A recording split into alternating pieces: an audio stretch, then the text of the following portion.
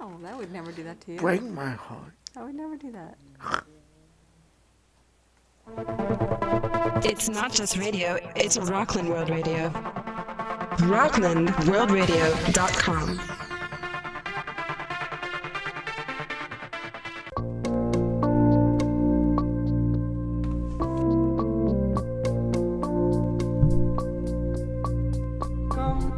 Welcome to Dialogues with Dan, heard on Rockland World Radio every Tuesday evening at 6:30 p.m.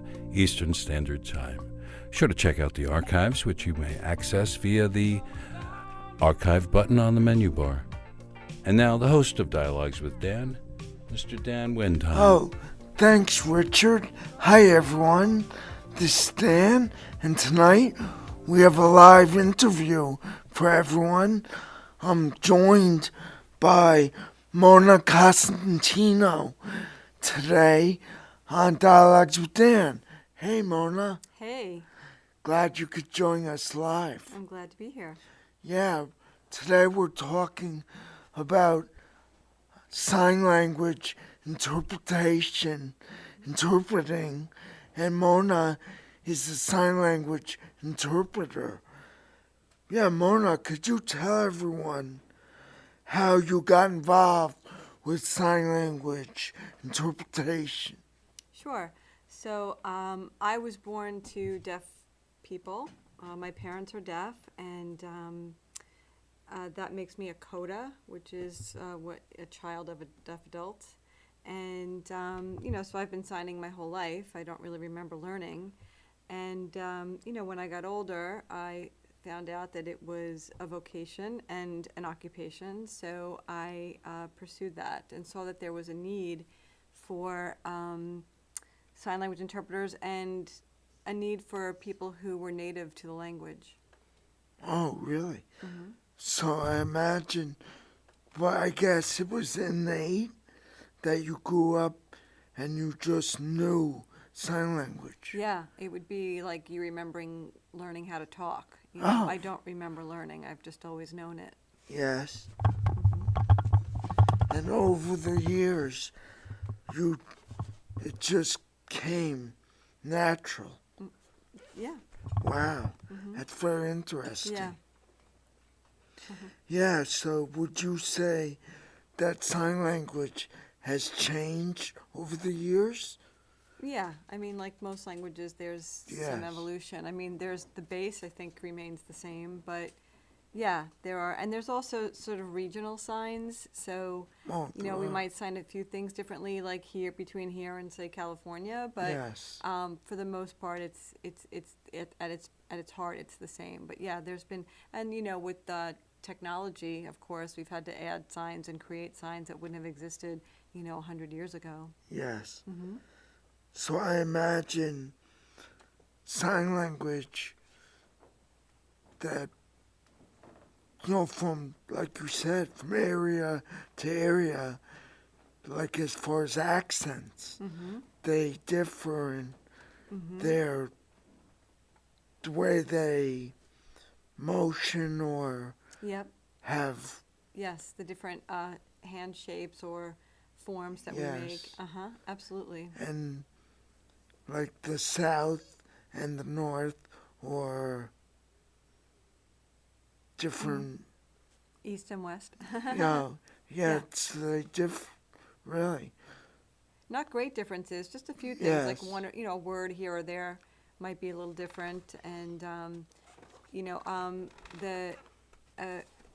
the very first school for the deaf Yes. was founded, of course, in the East, and it was in Connecticut, in Hartford, Connecticut, the American School for the Deaf. And that was sort of where a lot of sign language got taught and developed. And then the second school that opened was right nearby in White Plains. It's the New York School for the Deaf. So a lot of Yeah. signs came out of there. Yeah. So, the signs were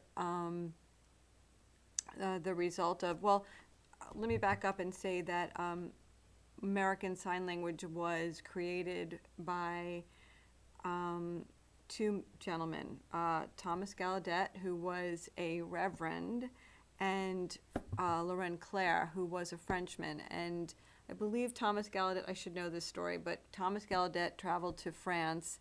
I think it was because he was aware that there were deaf children that weren't being educated and didn't have access to schooling. And he had, I believe, been told that there was a school for the deaf in France. And so he met this Laurent Claire, who had been a student and then a teacher, who himself was deaf. And he came back to America with Thomas Gallaudet, and then they created, it was a combination of French Sign Language and, not sure, I should have done my homework. American Sign Language is similar to French Sign Language. Oh, it is. So anyway, to get back to the question really it's that, so a lot of the early signs were sort of developed here on the East Coast. Yes. And so there was New York signs and, that kind of thing. And then, as we spread westward, it started to change, Interesting. Mm-hmm. So I imagine, the alphabet is the same. Yes. And maybe you could go through the alphabet and share it with people who might be watching. Sure. And you could say what you're doing Sure. for people who aren't watching. Yes, the alphabet. It's very popular. Lots of people know it. It's pretty cool, actually. People will come up and say, "Oh, I know the alphabet," and they'll do it, So it's basically A, B, C, D, E, F, G, H, I, J, K, L, M, N, O, P, Q, R, S, T, U, V, W, X, Y, Z. Wow, thanks. You're And welcome. I also know that there are also signs, like people, instead of spelling the Right. name, people have sign names. Yes. Yes, and then sign names are what people are known for. Mm-hmm. Like if someone's a worker, they might have a sign name like this, Right, or that's the sign for like work. that's Dan. He's a worker, right? Yes, sort of. That you're close. Yes, and that is the sign for work. Work. So sign names can be signs that indicate a noticeable physical trait on a Yes. person. And that's very typical of deaf culture because, of course, deaf people are visual and they recognize people by their appearance.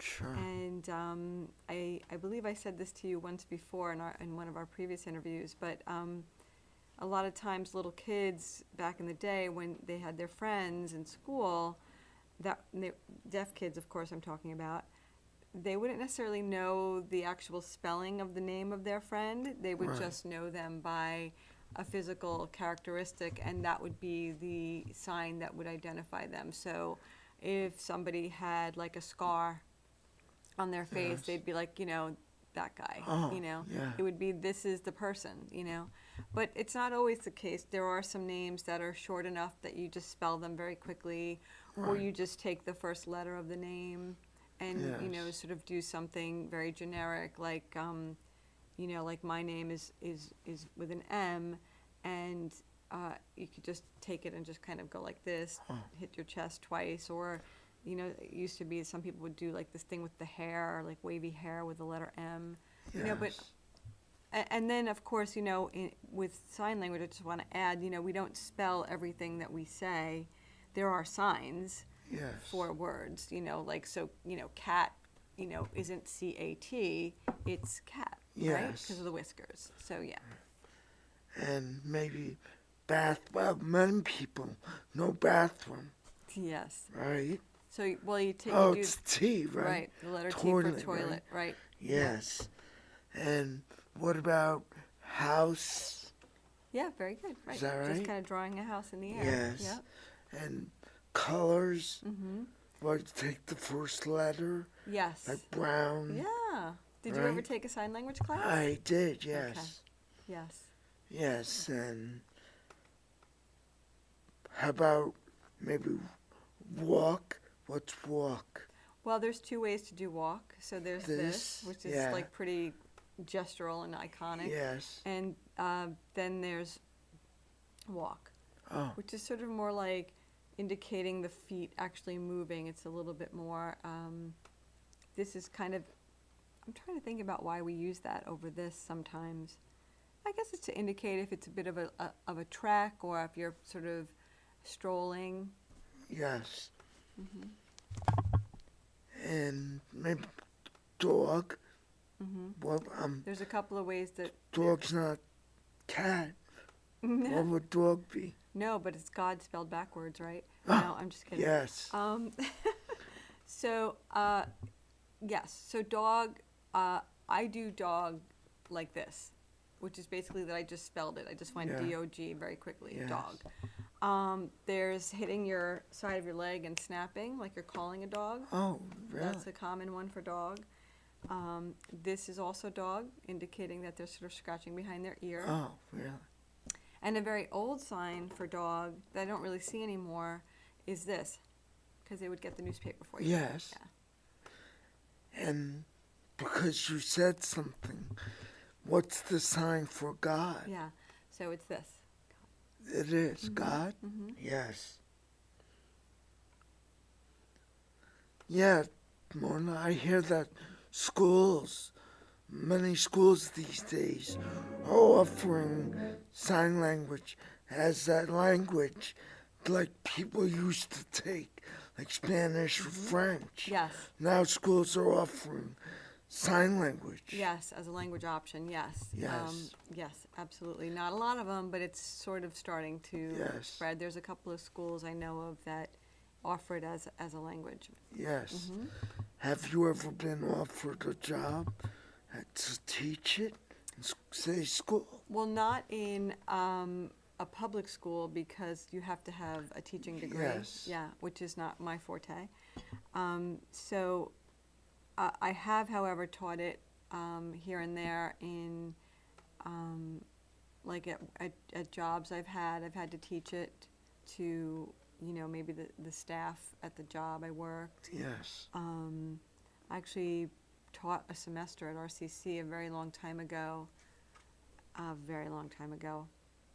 Yeah. Interesting. And I guess that wasn't a accredited program because you did it.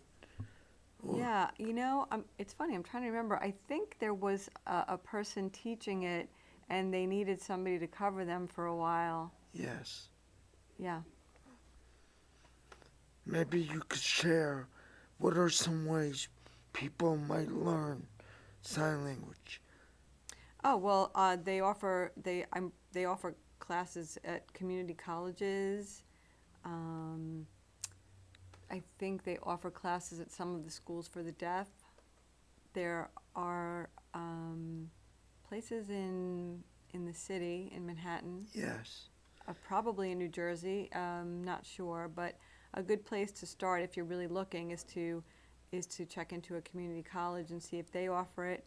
Also, there's a couple of private colleges that offer it, and if you called like the school if you were in the New York area and you called like a school for the deaf, they might be able to guide a person as to where to go. Yes, and how's the internet? Is the internet a good way to learn? Oh, like watching like YouTube videos or something like that? Somewhat, yeah. I suppose it's a good way to get going, yes, but I think it's really great to, do it in person and be able to practice within a classroom and Sure. with a deaf instructor, Right. and really be exposed, because it's not only learning how to do it, you also have to learn how to read it when it's done, when somebody is signing to you. So the expressive is fine, but the receptive can like we can learn how to say things in Spanish, but then somebody Yes. responds to us in Spanish, and we're Yeah, So that's right. a lot of times there are deaf instructors that are teaching the courses, and that's really good to get that experience. That makes sense. Yeah. Yeah, Mona, in your opinion, do you, I know you might, well, let me know. In your opinion, do you feel that the deaf or hard of hearing have difficulty entering society or being accepted in society? I mean, I think it'd be better to talk to a deaf person about that, but Yes. I don't, I think it's changed. When I was a kid, when we were in public places signing, like me and my parents or my extended family, because I do have extended family that are deaf, we'd get stared at sometimes, and now, of course, it's very different, and people will come up to us and, say, oh, hi, and, spell it and say, I know some signs, and, it's seen as a pretty cool thing. And I think that with the onset of mainstreaming and inclusion in schools, Yes. there's deaf people are sort of more integrated into mainstream society than they used to be. Yes. I don't think they have a hard time being in societies or acceptance in society, I should say. But it is harder maybe for a deaf person to get chosen for a job, because they're sort of seen as, it's a form of discrimination, I would say, but, seen as like they're seen as possibly not being able to do the job. And of course, they're excellent at what they do when they do it, and like anybody else. And sometimes I guess it's harder for a deaf person if they are in an environment where nobody signs to communicate and Sure. be communicated with. Yeah, I would imagine, though, that these days, 2017, that there's, people are out there, all types of people, and really everyone's accepted for who they are. I mean, for Hopefully. better or for worse. We're working on that. Yeah, aren't we? exactly. It's much better than it used to be, So I'd say. you're right. It does still exist. Yeah. But I mean, with texting and with devices, Yes. it's a lot easier. Yes. Yeah. So you believe the internet has helped to make things easier, even for the deaf, and with the TTY and with all the caption on the TV. And I kind of feel like I'm already answering questions that I'm really not qualified to answer, but has the internet made it easier? I don't know about the internet exactly, but communication through Right. devices, maybe through social media and through the ability to text and email, I suppose it's made it easier as it has on all of us. yeah, Yeah. that's a great answer. Well put. Yes, so I mean, people need to get out there and search for what they want. I mean, these days, any disability is, handled really these days. The deaf, the people who can't walk, people who can't use their arms or their legs, or there's many ways of getting around disabilities, Right. so to speak. Right. Yes. Yeah. Isn't that great? Oh, it is. Yeah. Well, go ahead. Yeah, so tell us, what things have you done in your life, to help the disabled, deaf primarily? Well, I don't know that I would look at it as helping. In fact, that's a good sort of segue to get into how sign language interpreting sort of started and became a profession. In the of course, early days, the people who would interpret for the deaf were usually hearing family members or friends that, of course, knew the language and were the liaisons between the deaf party and the hearing parties in the world. And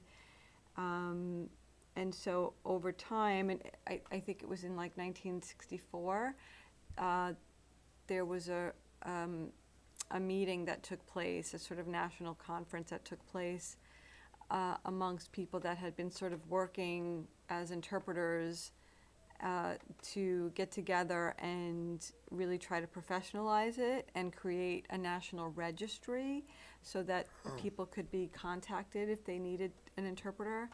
And that sort of created, they kind of came up with a plan to, well, I guess professionalize it, to come up with maybe evaluation and testing methods and training. Yes. And to really, one of the big concerns was, now this comes to the helping word, is, you know, I guess this could be the case for anybody with a disability, and I hesitate to use that word, and you would be able to speak to this because you do this show. Yes. But, you know, initially, of course, when there's family members or parents of the person that has the special need, Yes. you know, they sometimes would be the helper, and that comes with some negatives, like deciding things for the person, you know, kind of controlling things and making decisions. You know, I mean, I basically said that. So what happened at this conference was that was a topic that we needed to get away from helping and really be empowering instead, and being Sure. the voice as Right. opposed to the, you know, guardian caretaker. Yes, I imagine many of the deaf has other disabilities, like myself, or I don't talk to me. Don't ask them. Yes. I can answer myself. Right. I'm my own person. Right. So that Right, and that's another thing that we have to do as interpreters. So Yes. when I'm interpreting between a deaf and a hearing person, of course, it's natural for the hearing person to say, tell him or tell her, and I Yes. will direct them to address the person, you know, directly and say, you know, you, you know, me and you. And when the interpreter voices for the deaf person, we Yes. speak in the first person, so it would be I, you know, so that it fosters a connection between the parties that are really communicating and not necessarily the interpreter's just sort of a conduit, you know, for the Yes. language. Yes, we had mentioned the deaf West, or Theater? yeah, Mm-hmm. that, yeah, we spoke about that. What's the name of it again? It's the, West, oh my gosh, Deaf West Theater. yeah, Yeah. in New York City, or actually Well, the one in New York was the Yeah. was the National Theater for the Deaf. Yes, Mm-hmm. And then, right, they started in Los Angeles, Right. but I imagine, Ed Water Street, yes. yes, during deaf cultures everywhere, not just New York or here or there. These days, everywhere is really all-inclusive. Yes, I mean, there are deaf people all over this Yes. country. The world, right? Yes, all over the world, Yes. and yes, all over the country. Yep. That's right. Mm-hmm. So I see we only have a few more minutes left. Okay. Went by really It fast. did go by fast. It did. So maybe you'd like to share some I'm speechless. That's okay. Let me see if I can help you out. Well, so, I mean, my work is as a sign language interpreter, and that's really the area that I have the most knowledge in as far as this interview goes. So, Yes. I will say that interpreting, I think, has really empowered deaf people in a lot of ways and given them access to all kinds of Yes. activities and opportunities, and I think it's a wonderful thing. And I am a certified interpreter, an RID certified interpreter, and that's Registry of Interpreters for the Deaf. And they have a website, actually, if you want to learn some more about interpreters, and that's rid.org. Oh, excellent. And yeah. where do you work? Yeah, Are so you limited to this area, or will you travel? yes, I mean, I currently am working on staff at a particular, at a school. Yes. But I do freelance as well, and had freelanced for many years, and I go all over. I'm fortunate that I get to do a lot of interpreting for music festivals and concerts, and that's really like fun, and Wow, I love that. Yeah, but that's not the sort of bread and butter of my work. You know, I work in a school setting, and I love it. And Yes. I guess, I don't know, I didn't prepare for this question, so I don't Oh. know. Is there anything else? You can look for interpreters on the rid.org website. Yes. Yeah. Would you actually do sign language with, what's the word, with a camera, and you interpret on the camera and actually speaking? Okay, you're thinking of the Yeah, I the can't. video relay services? Yes. I have done that type of work. Yes. It's not my favorite thing, so I don't really do it anymore. But yes, there are call centers that a deaf person can call into via a Yes. video device called a video phone, and they'll get an interpreter on the screen, and the interpreter will then call the doctor's office, the pizza place, the school, whatever, and Yes. be the go-between for the deaf person and the destination caller. Very Call. excellent. How could anyone watching or listening, contact you? You can find me through the Registry of Interpreters for the Deaf website, rid.org, and you can look up my name. They have a page for that, and it's Mona Cosentino, Cosentino. Oh, excellent. And so you will travel, you have traveled, Yes. and you're willing to travel, right? I love traveling. Yeah. So you would go to France. Indeed. Yes. You're out there. And I'd be all right in France because their sign language is more similar to ours, whereas the rest of the country, I wouldn't know what they were saying. Excellent, excellent. Well, Mona, thank you for joining me on Dialogues with Dan. This has been Mona Cosentino, American Sign Language interpreter. We'll sign peace out. All right. How do you do that? I just go peace. Peace out. Have a great night, everyone. Bye.